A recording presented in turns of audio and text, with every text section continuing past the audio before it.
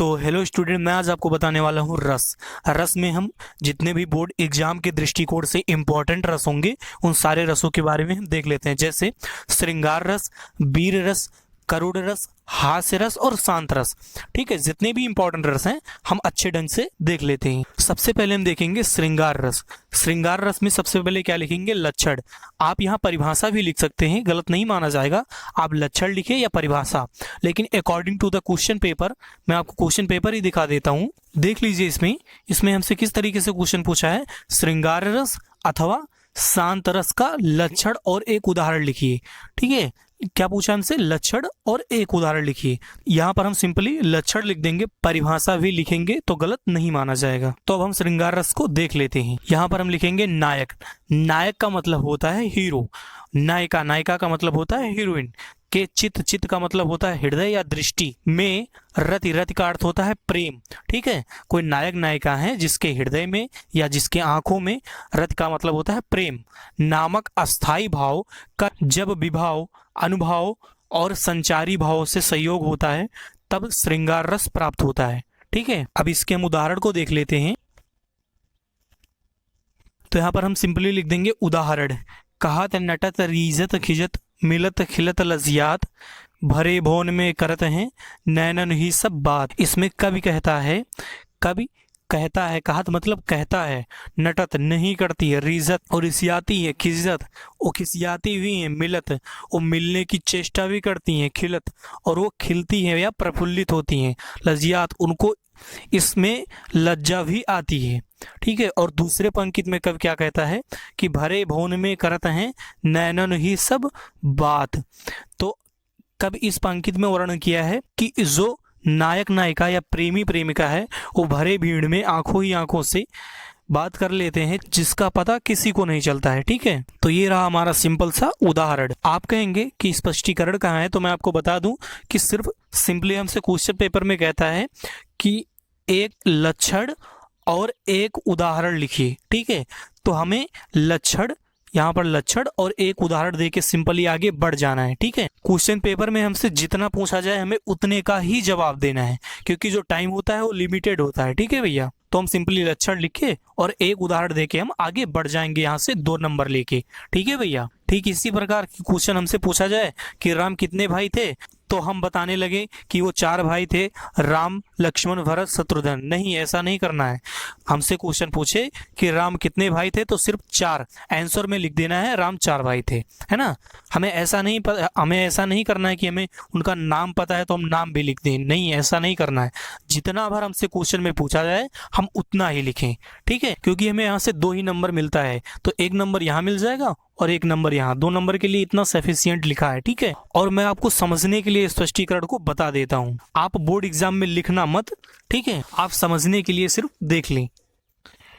तो अस्थाई भाव इसका क्या होगा? रति। रति का मतलब होता है प्रेम। हम सबसे पहले समझते हैं कि अस्थाई क्या है। तो अस्थाई मतलब खुद में अस्थाई हो, भाव, भावनाएं। ठीक है, जो भावनाएं होती हैं, प्रेम की भावनाएं, वो खुद में अस्थाई होती हैं। मान लीजिए कोई यहाँ पर प्रेमी खड़ा है और यहाँ पर कोई है प्रेमिका। ठीक है, ये जो प्रेमिका है ये प्रेमी को लेके नहीं आएगा कि लीजिए ये प्रेम है। ठीक है, सिर्फ इन दोनों की दृष्टि मिलेगी और प्रेम हो जाएगा। ठीक है भैया, तो इसलिए क्या है, प्रेम कोई लाके देता नहीं, ये खुद में क्या होता है, अस्थाई होता है। ठीक है भैया, आश्रय, आश्रय का मतलब हुआ किसके हृदय में हुआ है, जो प्रेम जागृत हुआ है वो किसके हृदय में, तो नायिका के। और अवलंबन का मतलब हुआ कि जो प्रेम है वो किसके कारण उत्पन्न होता है, तो नायक के कारण। ठीक है, आश्रय मतलब किसके हृदय में, तो नायिका के हृदय में। ठीक है, अनुभव, वो उस समय क्या अनुभव करती हैं, रोमांच या कंपन। जैसे मान लिया जाए कि हम क्लास में खड़े हुए और हमारे लिए ताली बजाने लगे, तो उस समय हम क्या अनुभव करेंगे? उस समय हम जोश में होंगे, रोमांच में होंगे, उमंग में होंगे कि हमारे लिए ताली बज रही है। तो जिस समय प्रेमी प्रेमिका आंखों ही आंखों से बात करते हैं तो उस समय क्या वो अनुभव करते हैं? रोमांच, कंपन। ठीक है भैया, कि अरे वो हमको देख रही हैं या देख रहे हैं। ठीक है, और संचारी भाव का मतलब हुआ कि छोटे छोटे जो भावनाएं उत्पन्न होती हैं, संचारी भाव का मतलब हुआ कि छोटे छोटे भावनाएं, जैसे मान लिया जाए कि हम पैराशूट से आसमान में हम टहल रहे हैं और अचानक से हम एक जंगल में आके गिर जाएं, ठीक है, शेर के सामने, तो उस समय हमारे मन में क्या विचार होगा? जैसे गिरेंगे, अरे अभी तो ये हमें खा जाएगा, अरे ये तो अभी हमें मार डालेगा, हमें यहाँ से तुरंत भाग जाना चाहिए, ठीक है। तो इतनी ही देर में हमने क्या किया, 3 या 4 सोचे हमने सोच लिया, ठीक है, कि अरे हमें तो ये मार डालेगा अभी या खा लेगा, ठीक है, हमें किसी तरह घर पहुंचना है। तो ये क्या है, छोटे छोटे विचार हैं जो मन में उत्पन्न हो रहे हैं। आंखों ही आंखों से देखेंगे तो क्या होगा, उनमें हर्ष होगा, उत्सुकता होगा। जब वो आंखों ही आंखों से देखेंगे एक दूसरे को तो उनमें मिलने की चेष्टा होगी, उत्सुकता होगी कि भी जाके तुरंत हम मिल लें, ठीक है। और उद्दीपन का अर्थ क्या हो गया, उद्दीपन का अर्थ क्या होता है, तो उद्दीपन मतलब आग में घी डालना। जैसे कोई मान लीजिए यहाँ पर कोई व्यक्ति है और एक व्यक्ति यहाँ पर है, तो ये पहला व्यक्ति क्या कर रहा है, दूसरे व्यक्ति को उकसा रहा है कि आइए हमसे लड़ लीजिए, ठीक है, क्या तुम हमसे जीत जाओगे, है ना, दम है तो आके लड़ लो। ये क्या कर रहा है, उकसा रहा है, ठीक है, किसको, इस पहले वाले व्यक्ति को। तो इसका मतलब क्या हो गया, आग में घी डालना, ठीक है। तो जब दूर खड़े दोनों आंखों ही आंखों से बात कर रहे होंगे तो उन दोनों के मन में क्या चाहत चल रही होगी, काश हम इनसे बात कर पाते, ठीक है। तो ये रहा हमारा सिंपली स्पष्टीकरण किसका, श्रृंगार रस का, ठीक है भैया। तो हमने आपको स्पष्टीकरण समझने के लिए बताया है, आप बोर्ड एग्जाम में मत लिखना, क्योंकि आप एक बार फिर से आप देख लीजिए, इसमें देख लीजिए कहीं नहीं पूछा है कि आप स्पष्टीकरण बताएं, नहीं, आप सिंपली आपको लक्षण देना है और एक उदाहरण लिख देना है, ठीक है। इतना लिख के हमें 1 नंबर लक्षण का मिलेगा और 1 नंबर उदाहरण का मिलेगा, ठीक है। तो ये 1 नंबर के लिए भी अब बहुत है, ठीक है, 1 नंबर पाने के लिए बहुत है इतना। 2 नंबर यहाँ से लेकर आप आगे बढ़ जाइए, ठीक है। अब हम वीर रस देख लेते हैं,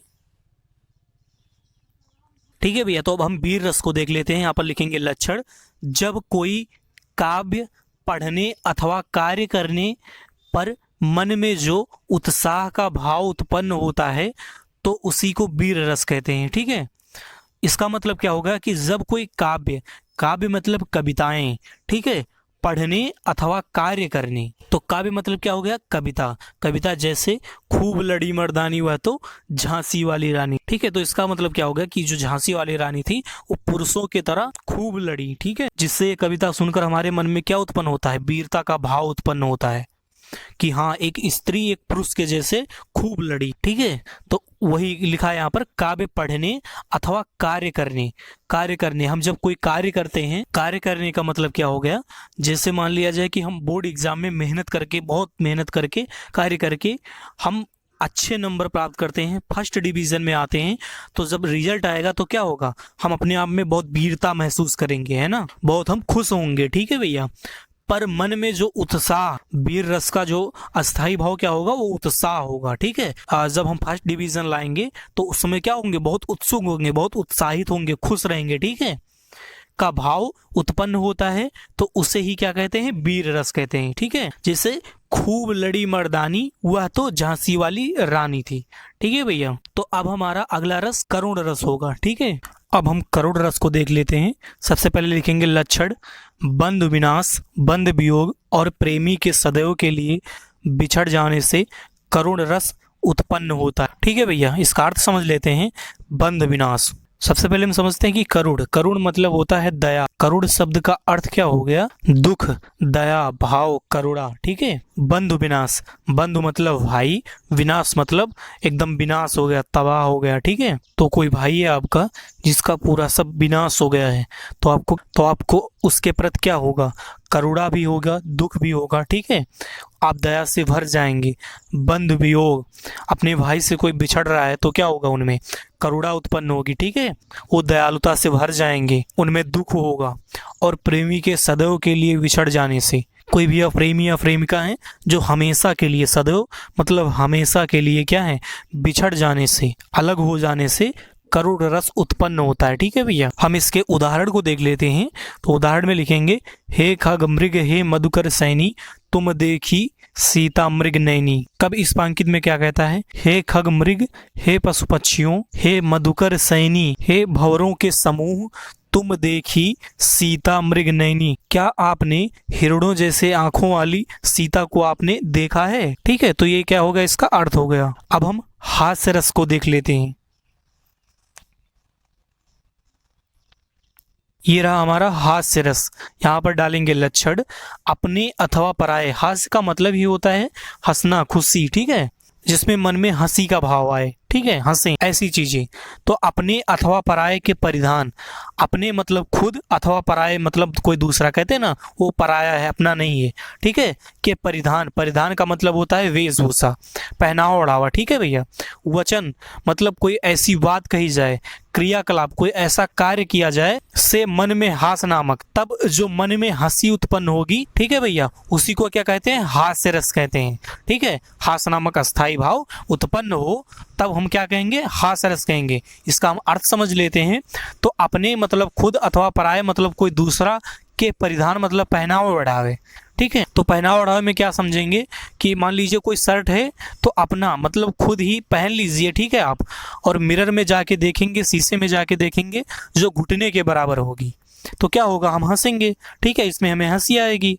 अथवा पराये, कोई पराया कोई दूसरा भी वो शर्ट पहनेगा, उसके घुटने तक होगी, जब हम उसको देखेंगे तो क्या होगा, हम हंसेंगे, है ना, कि घुटने तक से शर्ट पहने हैं। वचन, वचन मतलब हो गया कोई ऐसी बात कही जाए, जैसे चुटकुले कहते हैं तो लोग हंसते हैं ना, ऐसे ऐसे कोई बात कही जाए, ठीक है, जिसमें हंसी आए।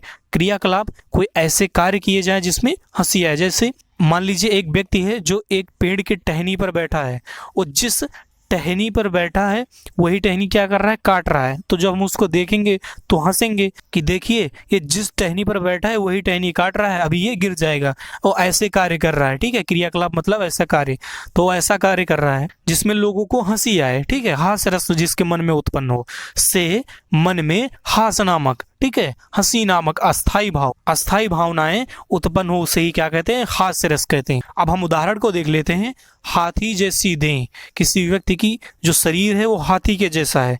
गैंडे जैसी चाल, अब भैया जो हाथी के जैसा मोटा होगा तो उसका चाल नॉर्मल तो होगा नहीं, ठीक है, वो गैंडे जैसे चलेगा।